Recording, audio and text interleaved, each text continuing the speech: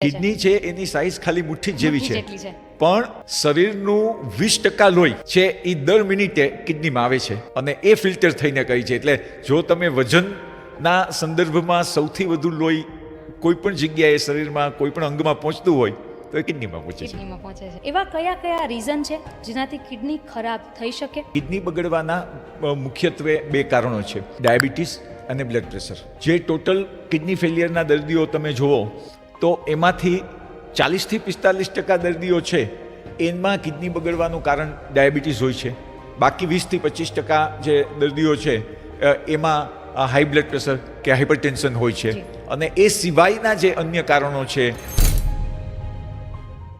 ખાસ કરીને જો કિડનીની જ આપણે વાત કરતા હોય કે આપણા મનુષ્યનું જે શરીર છે એનું એક મેં તમને કહ્યું ને ગળણું, હાજી તો જે આ કિડની જે છે એ મનુષ્યના શરીરમાં શું મહત્વનો ભાગ ભજવે છે ત્યાંથી જ આપણે શરૂ કરીએ. દરેક વ્યક્તિ હોય, પુરુષ હોય કે સ્ત્રી હોય, કિડની તો સરખી જ હોય. કિડની તો સરખી જ હોય. અને આ કિડનીના મુખ્ય કારણોમાં મુખ્ય જે કાર્યો આપણે ગણીએ જુદા જુદા, તો મુખ્ય કાર્યમાં સૌથી પહેલાં તો લોહીનું શુદ્ધિકરણ. જી.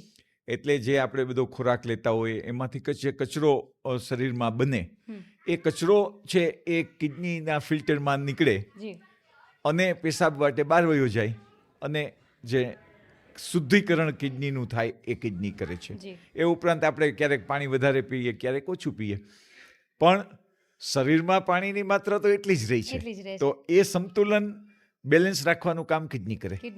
એ ઉપરાંત ઇલેક્ટ્રોલાઇટનું બેલેન્સ, બ્લડ પ્રેશરનો કાબુ, રક્તકણો બનાવવાનું એટલે કે હિમોગ્લોબિન બનાવવાનું, જે આપણા હાડકાં છે એને પ્રોપર એની હેલ્ધી રાખવાના, તંદુરસ્ત રાખવાના, આ બધા કાર્ય છે એ કિડની કરે છે. એટલે ટૂંકમાં એક ખાસ કામ જે આપણા શરીર માટે થવું જોઈએ એ આ અંગ જે છે કિડની કરે છે. કિડની છે એની સાઈઝ ખાલી મુઠ્ઠી જેવી છે, પણ શરીરનું 20% લોહી છે એ દર મિનિટે કિડનીમાં આવે છે અને એ ફિલ્ટર થઈને કહી છે. એટલે જો તમે વજનના સંદર્ભમાં સૌથી વધુ લોહી કોઈ પણ જગ્યાએ શરીરમાં કોઈ પણ અંગમાં પહોંચતું હોય તો એ કિડનીમાં પહોંચે છે.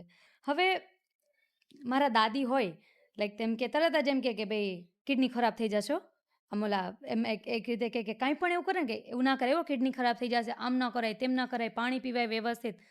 તો હવે લોકોના મનમાં બી એવા ઘણા બધા પ્રશ્નો હોય કે એવા કયા કયા રીઝન છે જેનાથી કિડની ખરાબ થઈ શકે અને એવા લક્ષણો ક્યાં છે જેનાથી એને ખબર પડી જાય કે હવે તમારે અહીંયા આ બ્રેક છે, આ બાઉન્ડરી છે, ધ્યાન રાખજો,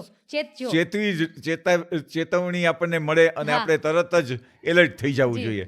અચ્છા, હવે કિડની બગડવાના મુખ્યત્વે 2 કારણો છે, ડાયાબિટીસ અને બ્લડ પ્રેશર. જે ટોટલ કિડની ફેલિયરના દર્દીઓ તમે જુઓ તો એમાંથી 40 થી 45% દર્દીઓ છે એમાં કિડની બગડવાનું કારણ ડાયાબિટીસ હોય છે. બાકી 20 થી 25% જે દર્દીઓ છે એમાં હાઈ બ્લડ પ્રેશર કે હાઇપરટેન્શન હોય છે.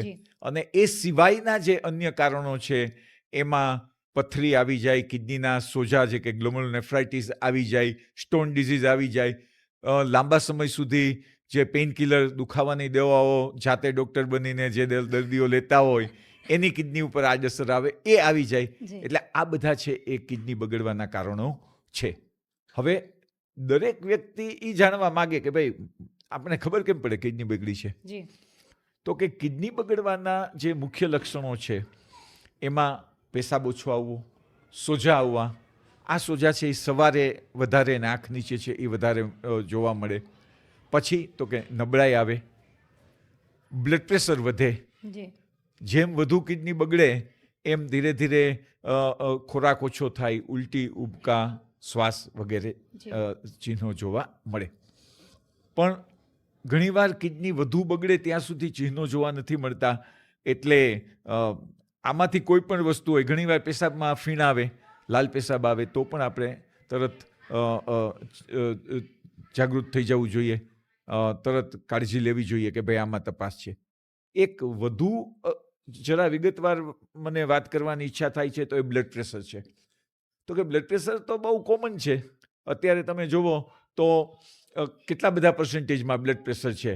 તો સામાન્ય વ્યક્તિને બ્લડ પ્રેશર હોવું અને કિડનીના દર્દીઓને બ્લડ પ્રેશર હોવું વચ્ચે શું ફેર છે? હમ તો કે જો કોઈ પણ વ્યક્તિમાં નિદાન વખતે બ્લડ પ્રેશર ઘણું વધારે હોય, જેમ કે પહેલી જ વાર બ્લડ પ્રેશર માપ્યું ને 210 120 હોય, તો આ વારસાગત જે બ્લડ પ્રેશર જોવા મળે છે એ નથી. એટલે નાની ઉંમરે બ્લડ પ્રેશર હોવું, નિદાન વખતે બ્લડ પ્રેશર અતિ વધારે હોવું, દવા આપવા છતાં બ્લડ પ્રેશર છે એ કાબૂમાં ન આવે, તો આવી વ્યક્તિઓમાં કિડનીની તકલીફ નથી ને, એને માટે ચોક્કસ તપાસ છે એ કરવી જોઈએ.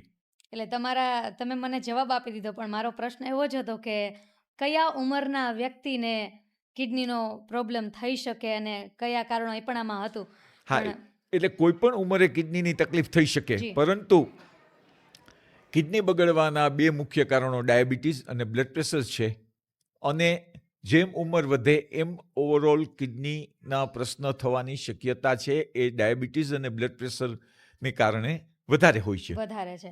એટલે અહીંયા સ્ત્રી પુરુષ કે ઉંમર મર્યાદા એવું કાંઈ જ નથી. જેવું તમારું શરીરનું હા, ઢાળ છે હા. કિડનીને બાબતે, એવી રીતે હાજી, એમાં હાજી, કંઈક ને હાજી. કંઈક રહેવાનું છે.